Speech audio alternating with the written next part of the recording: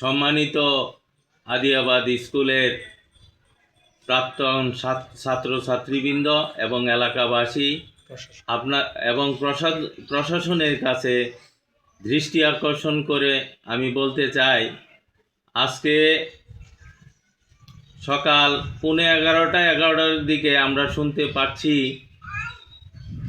আওয়ামী লীগের দোসর নূর সাখাওয়াত, প্রিন্সিপাল নূর সাখাওয়াত স্কুলের আসছে। তখন এর প্রায় 10 মিনিট পরেই শুনতে পাই যে আওয়ামী দোসর নূর সাখাওয়াত তার সন্ত্রাসী বাহিনীদেরকে নিয়ে স্কুলে ঢুকছে। এর কিছুক্ষণ পর শুনতে পাই এর মধ্যেই একটা তৃতীয় পক্ষ গড়ে উঠছে, যে নাকি এই সাখাওয়াতকে আক্রমণ করতে পারে, এমনকি হত্যাও করতে পারে। ওইরা বিএনপির বিরুদ্ধে একটা ষড়যন্ত্রমূলক মামলা দায়ের করার জন্য তারা একটা পায়তারা করছে। এ খবর পাই আমরা এই কলেজের মধ্যে গিয়া ঢুইকা ওনাকে আমরা রিকোয়েস্ট করি যে স্যার, আপনি এখানে আসছেন, আপনি তো সব কিছু জানেন না।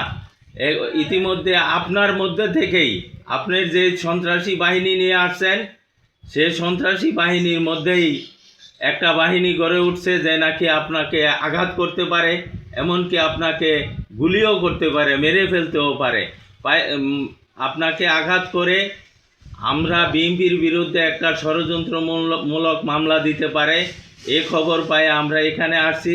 স্যার, আপনাকে রিকোয়েস্ট করি, আপনার কাগজপত্র মন্ত্রণালয়ে গিয়েছে, মন্ত্রণালয় যদি আপনাকে নির্দোষ প্রমাণ করিয়া পুনরায় এই কলেজে বহাল করে দেয়, আমরা এলাকাবাসীর আর কোনো আপনার বিরুদ্ধে কোনো অভিযোগ নাই।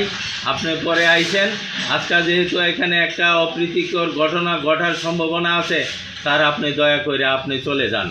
তখন স্যার এই জিনিসটা উপলব্ধি করিয়া যে ঠিক আছে ভাই, আপনি যখন এত সুন্দর করে আপনি জিনিসটা বলছেন, আমি বুঝতে পারছি, তাইলে ভাই আমি চলে যাই।